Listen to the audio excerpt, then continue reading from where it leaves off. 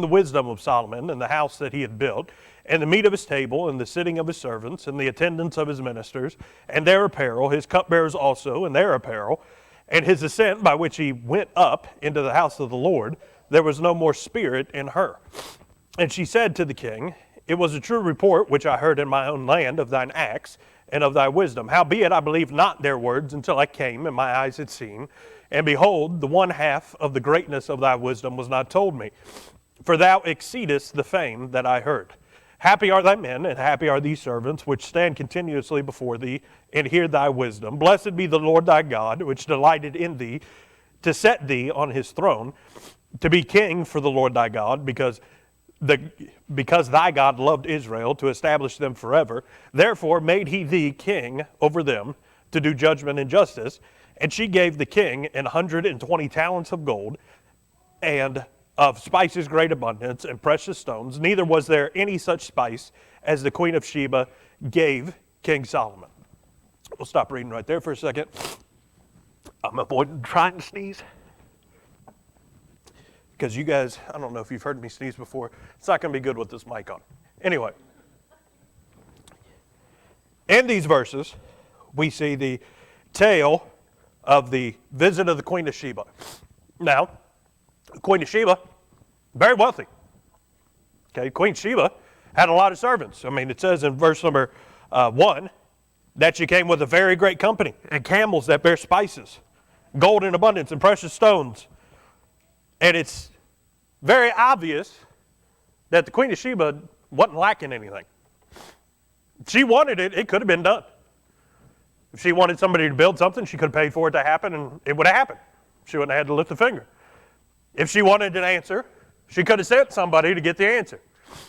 If she wanted, whether it was, in verse number 9 that we read, that the spice that she gave King Solomon, nobody else had spice like the Queen of Sheba. She had rarities of her own that she could have kept to herself. But if she wanted a rarity from somewhere else, I mean, around here, what's a good example? Well, let's use Dad's favorite, Montgomery Inn. There's no ribs like Montgomery Inn. But if Queen Sheba didn't live near Montgomery Inn, but she could have sent somebody to come get it. Go get it and bring it back. She had people at their beck and call. It reminds me of that centurion that came to Jesus that said, I have men under me that I order them to do it. I consider it done. He said, if you just say the word, you're the Lord over everything. I've got faith it'll be done. Well, she was kind of like that centurion. She could have snapped her fingers. She could have raised a hand. She could have maybe just even said it in passing like David did when he was on his deathbed, and those mighty men of valor, his most faithful, would have just gone and done it because they loved the king that much. I don't know. But I know that she was wealthy. I know that she didn't have to come to Solomon. She desired to go to Solomon. She had heard something. And we find in verse number 7. No, I was wrong.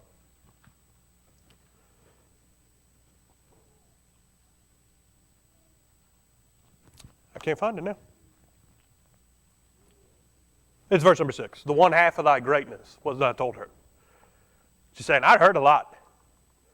But when I got here, I realized there's a whole lot that I didn't know. In other words, she's saying, I'm glad I came and I saw it for myself, because now I can fully comprehend it. Sheba understood, or the Queen of Sheba, understood long before she showed up that there was something worth going and seeing. It was so valuable that she said, I'm going to go see it myself to see how good it actually is. She knew that there would be something lost in translation. Maybe not through language, but through the ability to tell it. I don't care who you are, how good of a storyteller you are.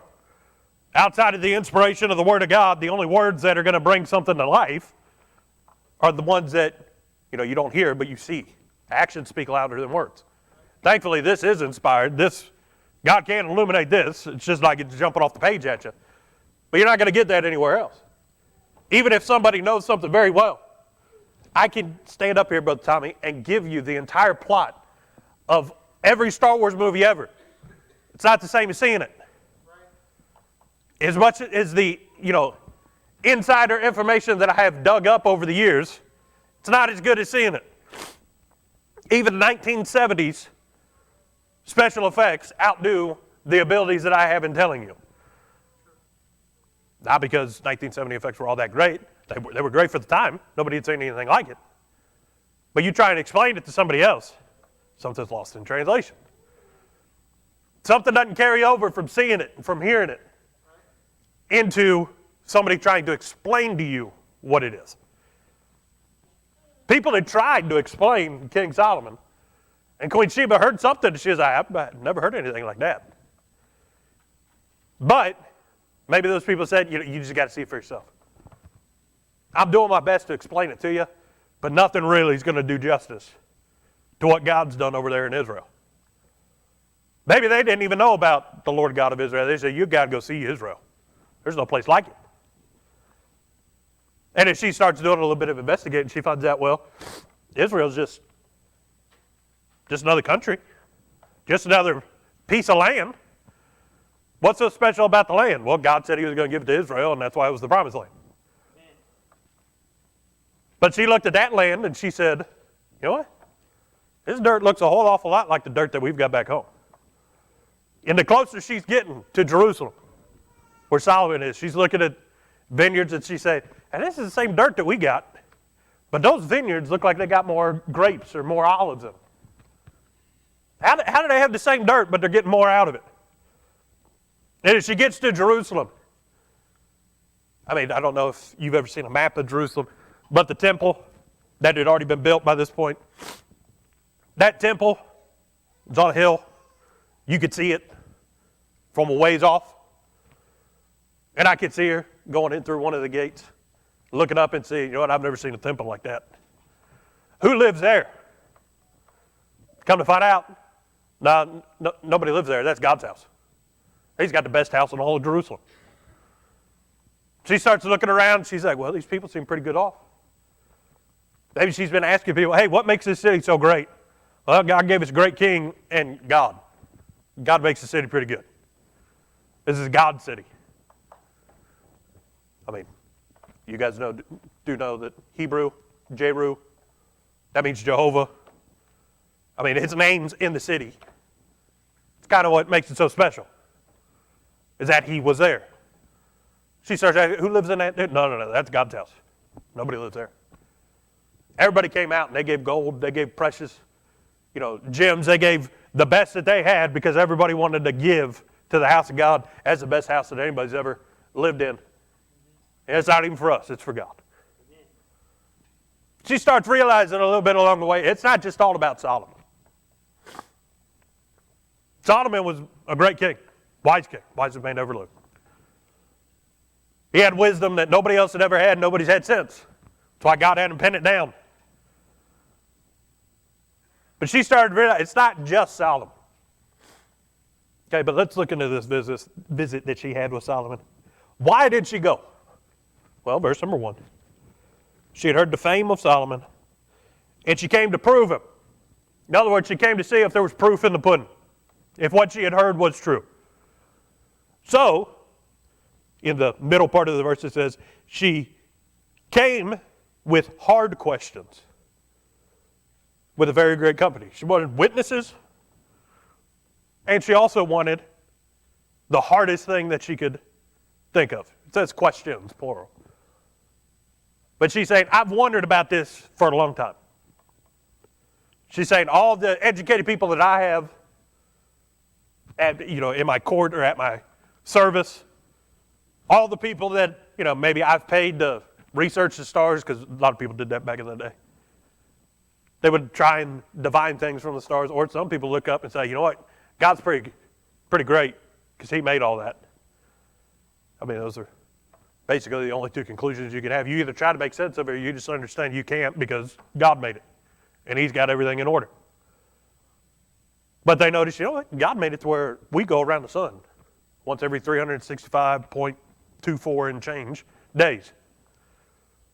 And not only does he do that, there's another one out there. It kind of looks red sometimes. Other times it looks brown. This seems, people call it a bunch of different things. Mars, it goes around the sun too.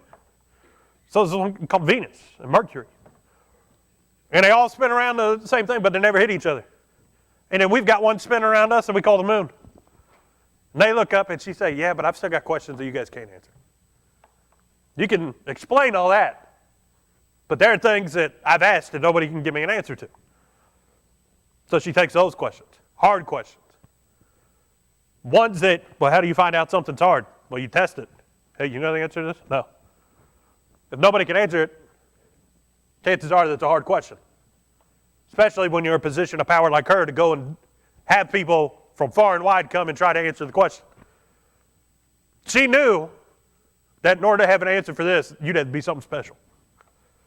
So she comes. Well, verse number 2. Solomon tells her all her questions. And there was nothing hid from Solomon which he told her not. In other words, first, he was adequate to the task. He answered all the questions. But then you also see that he's gracious. There wasn't something that he knew that he didn't tell her. He answered everything in full, and then some. Didn't hide anything back. You ever met those people that you say, well, hey, what's the answer to this? And they'll give you that answer, but they also know that you need another bit of information, and they don't tell you because you didn't specifically ask for it. That's not Solomon. He says, I've answered that question, but you might now have a new question, so I'm just going to go ahead and answer that before you got time to ask it. In other words, he's saying, these were hard questions for you. I've thought about this too, or God's shown me that, and because I understand that, I also understand this. And he's just adding more and more onto her plate. Nothing was hid from her. If Solomon knew it, and it pertained to the question, he gave it to her. Okay, well, notice the effect that it had on Queen of Sheba. Verse number 3. She saw the wisdom of Solomon. She saw the works of Solomon, because at the end of verse number 3 it says, and the house that he had built. Then verse number 4, what was in that house? Well, the meat of his table. She saw that nobody dined like Solomon dined. Again, she's thinking, we've got chicken where I come from, our chicken don't look that good. Our chicken don't taste that good. She said, we've got grapes, but there's no grapes like these grapes. I don't know if they were still growing around this time, but I do remember when Joshua and the other spies went in. They came out, they had to carry one bunch of grapes on a pole in between them. That's how big they were. I don't know if they still had those grapes at Solomon's time. But she's saying, those grapes are different. There's something special about that. Maybe it wasn't just like a 3-course meal, it was like a 20-course meal.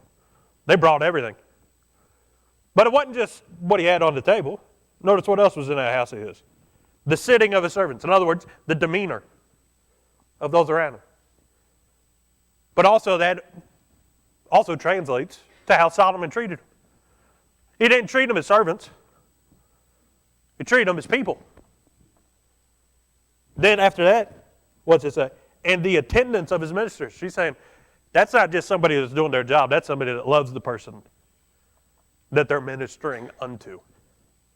That's somebody that cares about the person that they're doing something for. She's saying, you've got to be a good person in order for somebody to treat you like that. They love their king.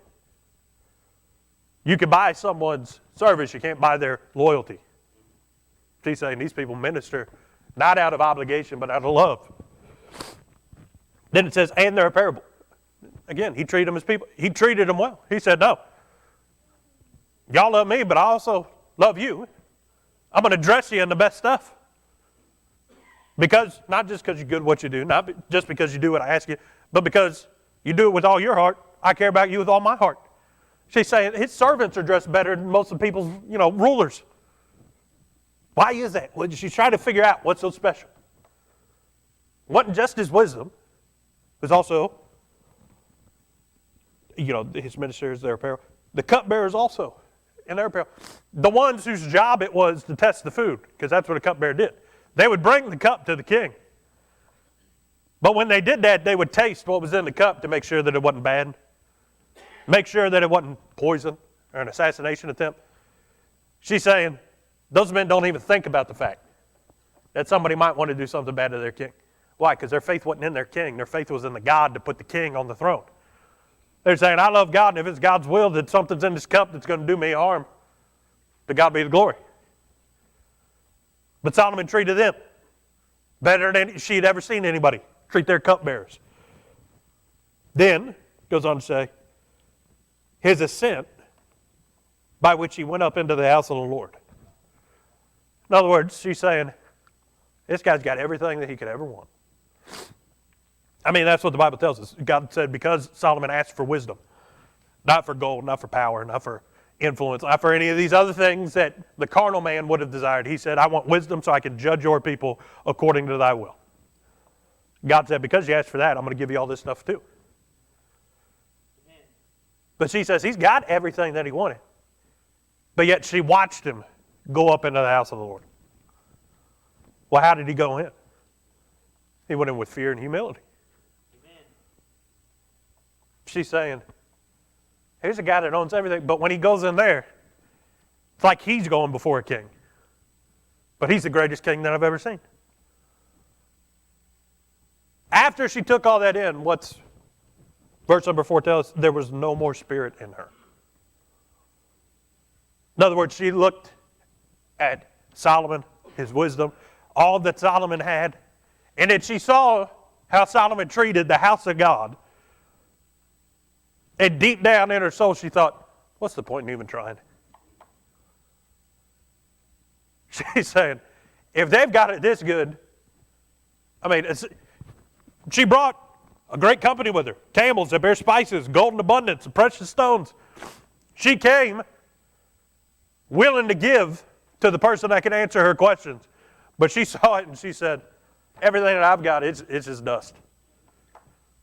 It's dirt. I thought that my guys were wise, and I was coming to prove those rumors wrong, that Solomon wasn't as wise as everybody had said. She said, I even brought all this stuff with me as a show saying, if you can answer my questions, I'll give you all this. Solomon didn't even ask for it. It said that he answered her questions and held nothing back from her. And nowhere in there does he say, all right, where's my reward? Because he already had it. And he didn't do it out of greed. He did it out of generosity. That's why he hid nothing back. And she looked at the way that Solomon went into the house of God, how he treated those around him. She said, man, I thought I was special. He was being generous to me, but he's just that generous with everybody.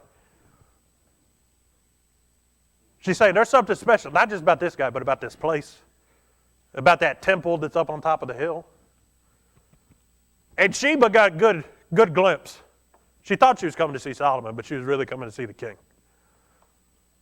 So with that thought, we're going to teach on this morning on seeing the king.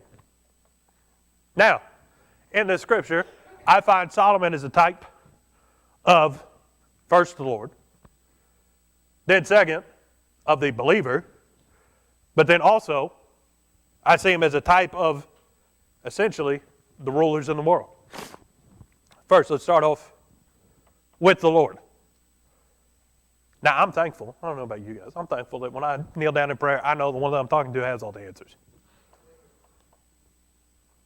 I am thankful that when I kneel down in prayer, I know that he's not just going to give me the answer, but he's also going to give me everything that I need to know to understand the answer.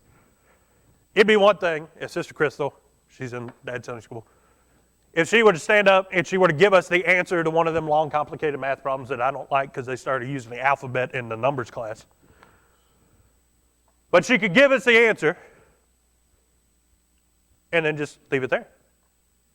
Here's the problem and here's the answer. Well, how'd you get there? I don't understand the answer. Well, there are a lot of times that God will give us an answer and just say, have faith. But I'm glad that in the process, maybe it's at the beginning, maybe it's at the end when we've come through, that he always explains the answer. Because what good is it if God does something for us if we can't explain it to somebody else? And it may take you a while. Paul said that, he had an experience. He didn't know if it was in the flesh or in the spirit, but he was afraid to even talk about it, that it was so real. He understood everything that happened. He just said, that was between me and God, and I don't know if, I could share that with you. He's saying, that's special to me. But he understood it. He knew exactly what it was, or else he would have talked about it. Hey, you guys know what this is? Go to the other apostles. Peter, you ever had a day like this? Can you explain this to me? No, he completely understood it. He just knew that that was something special from God that he didn't want to give lightly to somebody else. Maybe that's what kept Paul running that race that he talked about all the way through. I don't know. But I'm glad I've got a God that's got all the answers. But see, notice in this passage how not only Solomon answered, but notice how Solomon treated everybody around him. No, I'm serious. What did Sheba say? She saw the sitting of his servants. Servants aren't supposed to sit. Servants are supposed to serve. She's saying this guy gives the workers time off where they're not working. I truly believe that throughout most of his life, I know that in Solomon in his old age, because of his many wives who had turned his heart away from God, he bowed down and worshiped false gods. But here that's not the case, because we see him going into the house of the Lord. Okay, I truly believe that Solomon was a humble man, and that he realized he didn't deserve all that God gave him. You can't be the wisest man that's ever lived and look around and say, yeah, I don't deserve all that God's given me. Solomon says, I know who I am. He was the product of a marriage that started out of wedlock. Now, we don't know. We know that Bathsheba was with child, and that's when David sent the word to have Uriah the Hittite killed. Under the law, he shouldn't even been claimed by David. Under the law, he shouldn't have had any right to even come up and talk to his earthly father. Because under the law, he was a bastard. The Bible does make it that if you're a bastard, not a son, because you're without chastity, bastards don't have any claim to the things of God. Bastards under the law couldn't come and talk to the Father.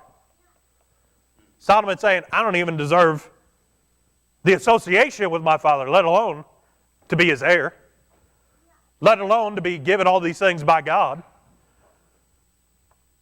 Solomon saying, I understand that these people, I'm not worthy to have them serve me, so I'm going to let them sit down. He's saying they serve me, maybe because some of them love him. I mean, certainly there were people in Israel, we can read, the events before Solomon became king, when Benaiah and, a few others promised David, hey, we'll make sure that Solomon's the one that's sitting on the throne. There were others that conspired against it. There were political people, but these aren't people that are looking for handouts. These are servants. He's saying they're here for the right reasons. And he's looking around and he's saying, I really don't need all that much. They can sit down. If I do need something, I'll ask one of them to do it. But they're here for the right reasons. I'm not going to cause it as a hindrance upon them for them being here. I'm glad I serve a God that knows, hey, I'm only flesh. I'm willing to do anything that he asks me to do, but he also knows that every now and then I need a seat. I'm thankful that he looks at me and says he loves me, and because he loves me, I'm not going to ask him to do something today. Maybe I'm just going to let him sit close to the throne today. Maybe I'm just going to let him sit down and hear some of the things that I say to other people because I know that that's what he needs to hear today. Maybe I'm going to ask him to take something to somebody else, and throughout that, he's going to get what he needed today. Maybe I am going to ask him to stand up, but when he comes back, I'm going to give him a seat again. He makes a place for them. Normally in the throne room, there's only one seat. That's the king's seat. See, the Bible tells me I've been made a joint heir to the throne. He's got a seat for me too. Not just at the marriage supper, but he's got a place for me somewhere. I may not even know the name that's on that chair, but I know my name's in the Lamb's Book of Life. When I get there, I'll know what my name is, and I'll know exactly where my chair is. That's how Solomon was. That's how our Lord is. He's gracious. Well, what else? He gives them the finest apparel. Well, I do find that having food and raiment to be content therewith. Godliness with contentment is a great gain. But if you're just wholly relying on God, them clothes that he does give you, they're going to be fine. May not be the flashiest things in the world, but they're going to be made well. Amen. They're going to endure. It's not going to be, Walmart. Anybody ever see a white dress shirt from Walmart? Like the real cheap ones. The ones that you hold them up and you can see through them. Like those white shirts. That's not what God gives us. Amen. I mean, what did Jesus wear? Well, we find that his coat was a one piece woven throughout without seam. It was so valuable that those people that were chopping up and divvying up his clothing at the foot of the cross, they said, this is too nice to tear up. Even the world's going to stop and say, man, that guy's wearing something good. Now, Jesus made himself of no reputation. He made himself as if he was just somebody else in the crowd, if you were to look on him. But when you take a closer look, you realize, you know what, that jacket that we thought was plain, it's not so plain. I'm thankful that the things that he gives, the world may not think much of it. But those servants, when Sheba got close enough to look at their clothing, she says, this is nicer than stuff that my people are wearing. She might be saying, it's not purple, it's not blue, hadn't been dyed, or maybe it had been. I don't know, I wasn't there. But she looked at it and she said, this is nice stuff. May not be the nicest stuff, because the king had the nicest stuff. I'm not worthy of God's stuff. But every now and then he just shows you, you're worth more to me than you think you are. Give you a seat. Give you some clothing. Not clothing as the world would consider clothing, but he says, no. Not the stuff that's got holes and tatters in it and it's got patchwork on it and the elbows have been worn out and the knees been worn out. Not the good stuff. Brand new. Just for you. I'm glad I serve that kind of guy. I mean, there's more of the cupbearers and his ascent by which he went up in the house of the Lord. You ever see God walk into God's house? It's going to change the way you look at the world. A lot of people go to church, they never see God in God's house. Some of them congregate in places that aren't really God's house. Other ones, God may have stamped Ichabod above the door, which means his glory has departed. But I'm thankful that I've seen him a few times. Walk in and sit down in his own church. More times than not, it happens here. But I've seen it in other places too. You know what that does? Leaves no spirit in me. When he walks out, I'm saying, I want him to come back. But what's that do? That means I want to spend time in his audience. That's where that seat is. It's what he dressed me for. He gave me that fine apparel so I could be next to him. Not as glorious as him, but when you look at all of his servants that were sitting down next to the king's throne, she said, they look like they belong. I may not look like much now, but he's got a body for me. It's waiting on me. One of these days, I'm going to be joined with it. And it says, I don't know what we're going to be like, but I know I'm going to be like him. One of these days, you're going to look at me and say, yep, he belongs up there. He doesn't look out of place around God, around Jesus. That's what we should all strive for. But that Solomon is the type of the Lord. We also see Solomon as the type of the believer. Solomon understood God gave to him so that he could give to others. Why did Solomon ask for wisdom? To judge God's people as God would have him to judge them. He says, Lord, I know that we've got, at that point, a couple of prophets. They had the Mosaic books. They had the law. He's saying, I know that I could study these. And in my own power, if I tried to study them, I might be able to understand a lot, but I wouldn't understand it all. He's saying, I want you to show it to me so that nothing's missing. And then once he had it, he did not hoard it, but he gave it. And as according to verse number 2, he gave it liberally. He gave unto the Queen of Sheba, told her all her questions, hid nothing back. If he knew it, he gave it to her. That's a type of what we as believers ought to be. I am to come and have my cup filled, not just on Sundays, but daily in private communion with the Lord.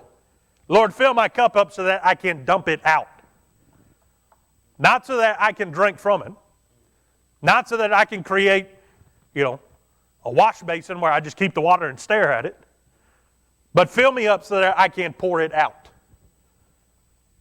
The woman at the well, John chapter number 4, she showed up. She was looking for water. She went and she dumped a whole bunch of water in town. Come see a man. She told me everything that I ever did. This guy knew all about me long before he ever met me. What was she doing? She's dumping out water. She's giving those people they had already been to the well, study it out. She went to midday. Town already had their water. But when they heard what she said, they realized they were still thirsty. As believers, hold nothing back. If I understand it, I'll give it to you. If he's given me the insight to understand it, I'll do my best to pour it all out to you. But also notice that Solomon didn't go to the Queen of Sheba. Queen of Sheba came to Solomon. If we're living the way that, according to the Word of God, we're supposed to live, people are going to find out. If we're living the way, like the Christians at Antioch did, where they were first called Christians at Antioch because their life looked like Christ, you start living that way, it's going to get out. Who told Queen of Sheba? I don't know, but somebody did. She heard. And then she realized, hey, he's got something that I don't. She thought it was wisdom, but she realized, no, he's got a God that I don't. And there's something different about his God. But she heard that there was something. And then she came and she had hard questions. These were things that kept her awake at night. These were things that as she's sitting there and people are talking to her about other stuff, it's always in the back of her mind. When she gets by herself, these things torment her. She can't figure them out. I mean, there's one question that everyone that's lost in the world has that torments them, and that's, where am I going to spend eternity? Is there such a thing as eternity? Is there a place called heaven? Is there a place called hell? If you're saved, you've got an answer to all them questions. And you can dish it out like God gave it to you. You may not know the verses, but you can tell them what God did for you. And what Solomon really telling her, this is what God gave me. Solomon saying, if somebody else were to ask him, I mean, how many times did he write that in the book of Proverbs? If any man lack wisdom, let him ask of God, which giveth all men liberally. He said a little bit different than that, but he just kept saying, ask God. You want wisdom? Ask God. They say, that's what I did, and it worked. But he does understand not everybody was in a position to where they could ask God for wisdom, and God would give it. I don't know the spiritual state of the Queen of Sheba, but I do know that she saw something different in Solomon when he went into the house of God than anything that she had ever seen before. She said, no, that's different. But when they hear and they come and see and they've got hard questions, just give liberally. Just give it like God gave to you. And you may be thinking, well, if I give it, then I'm going to be empty. Well, see, that doesn't really line up with Scripture. Jesus said, if any man drink of the water I give, be a well springing up. That means there's so much water on the other side of the well, you can't hold it in no more. Like Old Faithful, only all the time. That means there's more water than you can actually let out at once. So in order to get all the water, you're going to have to give. Can't keep it all. I mean, there's an illustration in there somewhere. You try and hold God in all you want to, it's just going to blow you apart. You're going to be miserable. But the Lord does love a cheerful giver. Not just to God. People quote that all the time talking about tithing. Not just that. What did Jesus do? He gave of himself to all. Held nothing back. You telling me that God didn't love his own son? We're supposed to be Christ-like. We're supposed to do the same thing. You're telling me that God's not going to love it when we give what God's given to us back to other people? Every time I find Solomon gave to somebody, God just kept giving to him more. We're going to get to that here in a second. But I also see a type of the world, not in Solomon, but in this situation. What did Sheba think before she got there? She said, I'll pay him to tell me what I want to know. I've got this and I'll trade it with him. But she got there and she started looking around. She started seeing everything else. And she's saying, what can I give to this guy? She got humbled. Right, she came with great company. She had gold, she had spices, she had gems. But she looked and she said, it's not in what he's wearing. It's not in how his servants are behaving. It's not in the way that he treats other people. There's something on the inside of him that's different than me. Amen. And then we do find by the end of it, verse number 6, she said, howbeit I believe not.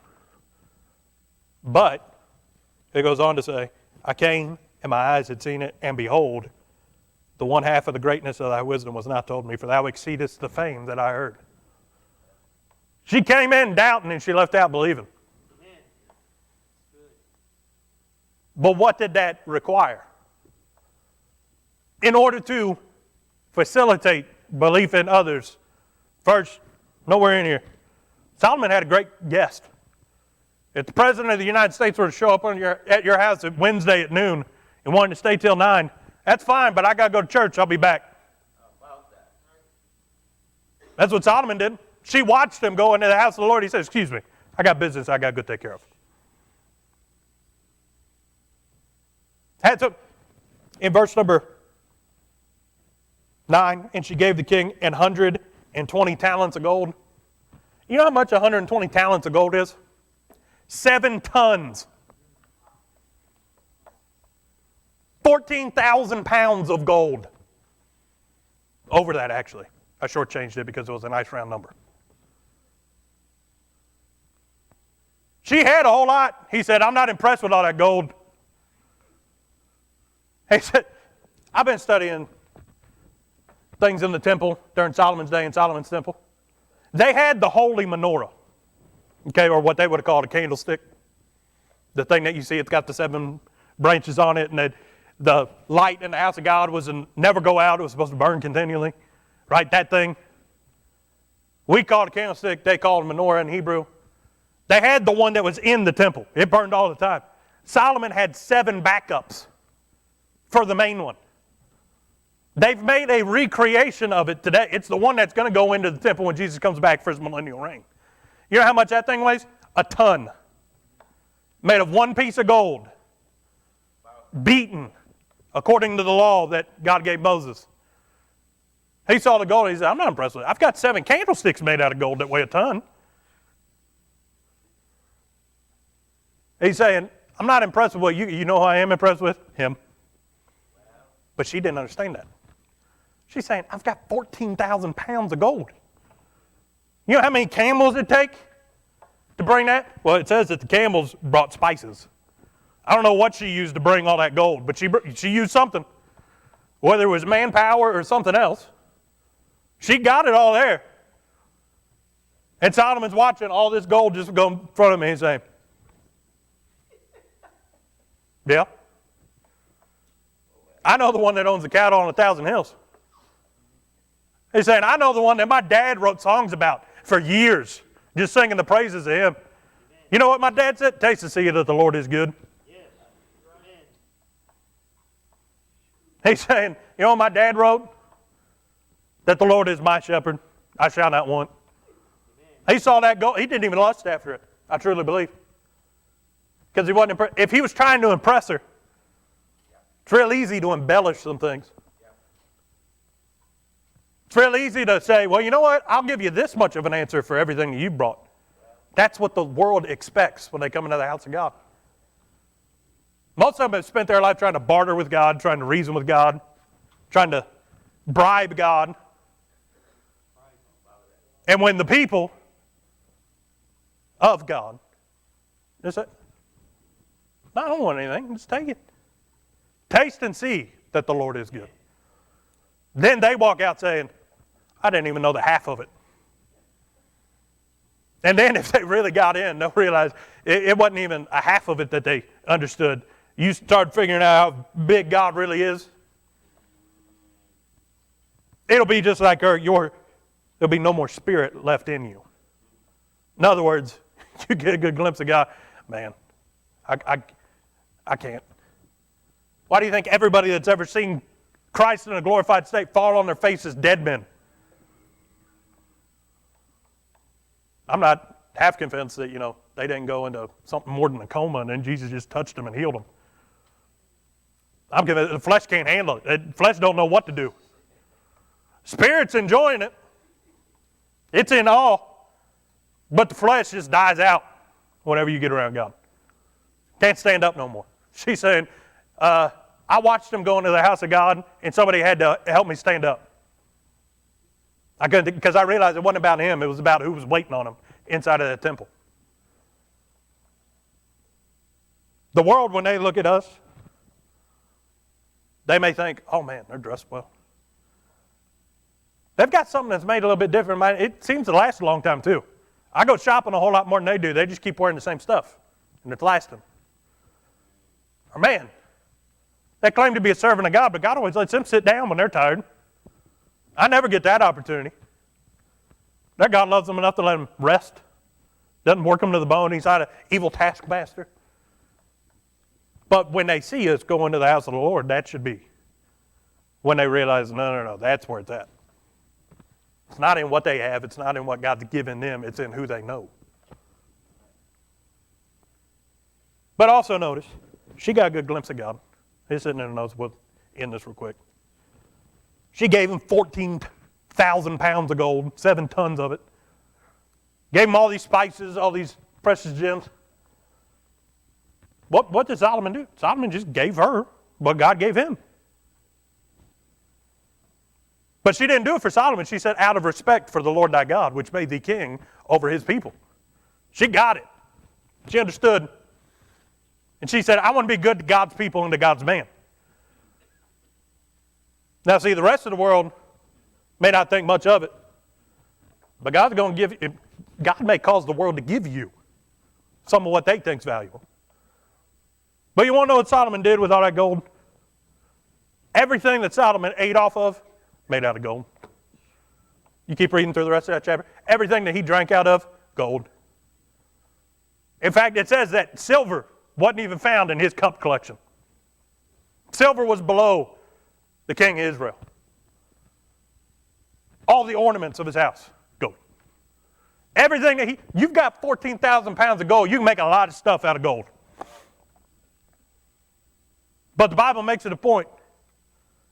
Every time he went down to eat, he ate off of the best. Now, he still had to walk through the world to get to the temple. He still had to walk through the world to get to the table. But if you're God's, when you sit down, you're going to be eating off of the best. What's put on that plate? Sheba was very impressed with the meal that was put before him. You just give out what God gives you.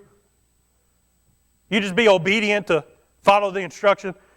Solomon didn't hunt her down. He waited for God to open the door for the opportunity. And then he embraced it and then did all that he could. He didn't open a door that God had shut, which if God shuts the door, nobody's going to open it. But he wasn't knocking on doors that God told him not to knock on. He just did what God told him to do. What's Solomon doing? Well, before he was eating off of silver. Now he's eating off of gold. The meal that he had, still just as sweet. But you just do what God tells you. You're going to sit down and you're going to be eating off of gold.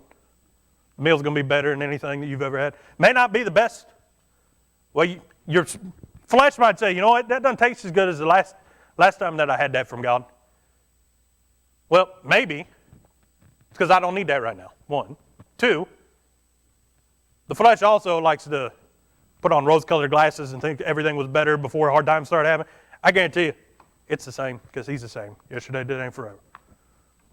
But you're going to be eating the best that you've ever ate, off of the best that you've ever seen. Not because you're special, because he loves you. Because he wanted you to have the best. Solomon had a lot of things made out of gold before that, but he had a whole lot made out of gold after that. Just because God rewarded him for being faithful to do what he had said, for being a witness to the... He didn't have to answer her. She wasn't an Israelite.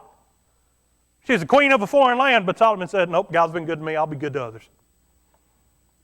And God rewarded it. I don't know. Can't find it, but maybe she went back and they had a revival in the land of Sheba. Happened in Nineveh. Started with the king and went down through everybody else. I don't know, but you just be good for God. God will be good to you too.